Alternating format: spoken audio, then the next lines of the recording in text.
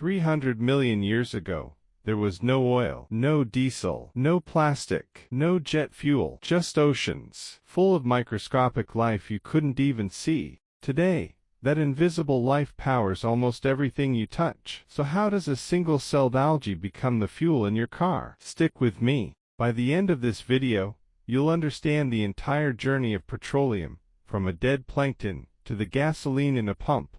Let's get into it. Before we go into the origin story, let's define what we're even talking about. Petroleum is a mixture of hydrocarbons, molecules made of just two elements, carbon and hydrogen. That's it. The simplest one is methane, just one carbon atom. The most complex ones, in heavy crude, can have dozens of carbon atoms chained together. The difference between natural gas, light crude, and heavy tar all comes down to one thing: how long these carbon chains are. Short chains, gas; medium chains, the oil we pump; long, heavy chains, tar and asphalt. Now, where do all these carbon atoms actually come from? That's where the story starts. Go back hundreds of millions of years. In shallow seas and lakes, two types of organisms were thriving in massive numbers: algae and plankton, tiny, often microscopic, organisms floating near the surface. When they died, they didn't just disappear, they sank to the bottom of the ocean or lake floor. Here's the critical part. For this organic matter to survive long enough to become petroleum, it needed to settle in anoxic conditions, meaning low or no oxygen. Why does that matter? In a normal, oxygen-rich environment, dead organic matter gets eaten by bacteria and scavengers, or it simply decomposes, and the carbon escapes back into the atmosphere as CO2. Nothing left behind. But in stagnant, low oxygen basins, deep ocean basins, restricted lagoons, swampy deltas, that decomposition slows down dramatically. The organic matter survives. It gets buried under more and more layers of mud, sand, and silt. This buried, organic-rich mud is the seed of everything that follows. Geologists call the rock that forms from it the source rock, usually a fine-grained shale or mudstone. As more sediment piles on top, the organic layer gets buried deeper. Meters become hundreds of meters, then thousands. With depth comes two things matters: increasing pressure and increasing temperature. In the shallow stage, generally above 50 degrees Celsius, and at burial depths up to around 1,000 meters, the organic matter undergoes a process called diagenesis. During diagenesis, bacteria, both aerobic and anaerobic, break down the easily digestible parts of the organic matter: proteins, carbohydrates, the soft tissue. What's left behind is the tough, resistant material, lipid-rich compounds that bacteria can't easily break down. This leftover material slowly transforms into a waxy, solid substance called kerogen.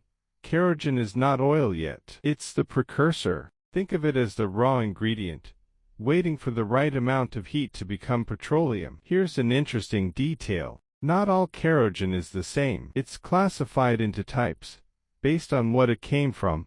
Type 1 comes from algae in lakes, very oil-prone. Type 2 comes from marine plankton, also oil-prone. This is the big one for most of the world's oil.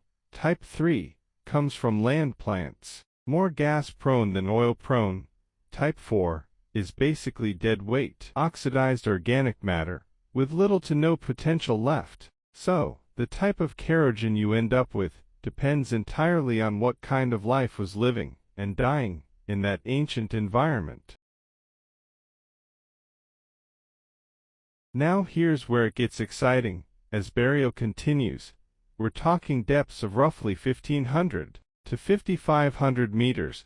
Temperatures climb into a specific range, generally between 60 and 150 degrees Celsius. This stage is called Catagenesis, and the temperature range, where it happens, has a name every petroleum engineer knows: the oil window. Inside this window, heat starts to thermally crack the kerogen, Picture kerogen as a long, tangled chain of carbon atoms. Heat acts like scissors. It snaps these long chains into shorter, simpler hydrocarbon molecules.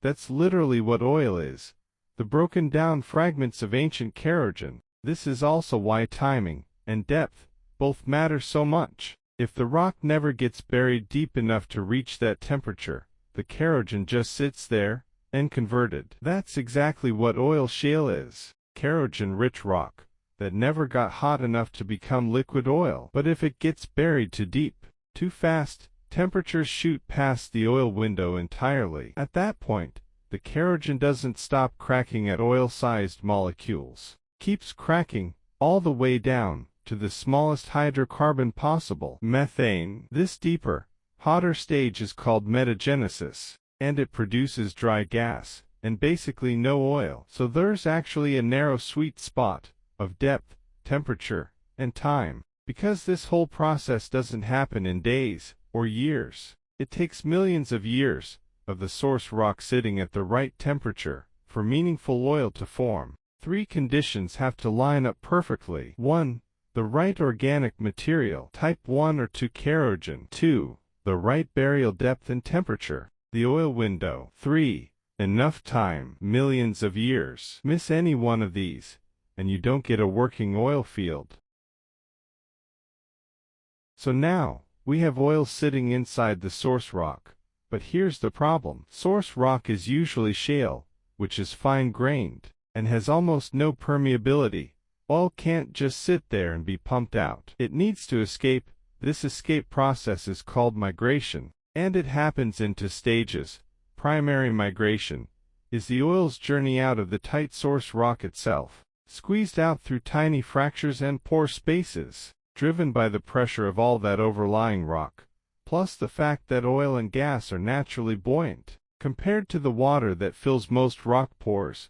Once oil escapes the source rock, it enters more porous, permeable rock layers. And now, secondary migration begins. Because oil and gas are less dense than the water already occupying the rock's pore spaces, they continuously rise upward, squeezing through connected pore spaces, sometimes traveling for kilometers, looking for the path of least resistance. Left alone, oil would just keep rising until it reached the surface and seeped out. And in some places on Earth, that's exactly what happens. These are called oil seeps. But for oil to become a commercially valuable reservoir, something has to stop that upward journey. That's where traps come in.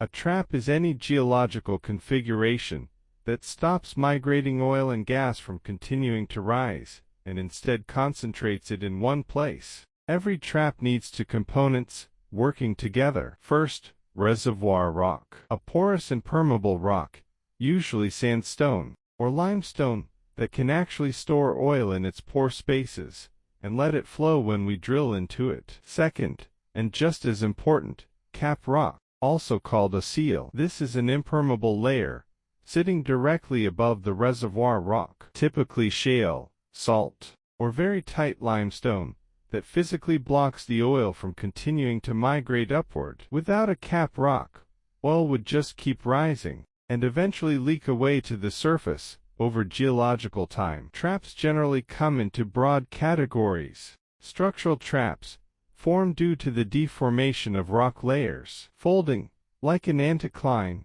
which is basically a dome-shaped fold, where oil collects at the very top, or faulting, where a break in the rock layers creates a barrier that stops migration. Stratigraphic traps, formed due to changes in rock type, or depositional patterns, rather than rock deformation. For example, a porous sandstone layer that simply pinches out laterally into impermeable shale, sealing the oil in by geometry alone. No folding required. So, when geologists talk about finding oil, what they're really doing is hunting for this exact combination: a source rock that generated oil, a migration pathway, a porous reservoir rock to store it, and a cap rock to trap it in place. Miss any one piece, and there's no accumulation to drill.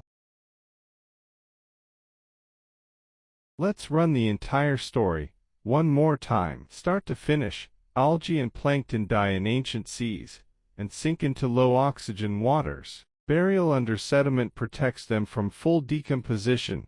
Heat and pressure, over time, convert the organic matter into kerogen, Diagenesis. As burial deepens further into the oil window, that kerogen thermally cracks into liquid hydrocarbons, Catagenesis. The oil then migrates out of the tight source rock and upward through porous layers, first primary, then secondary migration, and finally, if it encounters a trap, a porous reservoir, capped by an impermeable seal, it accumulates and waits, sometimes for tens of millions of years, until one day, we drill down and find it. Every barrel of oil pumped out of the ground today started exactly this way, as life in an ancient sea that simply never got the chance to fully decompose.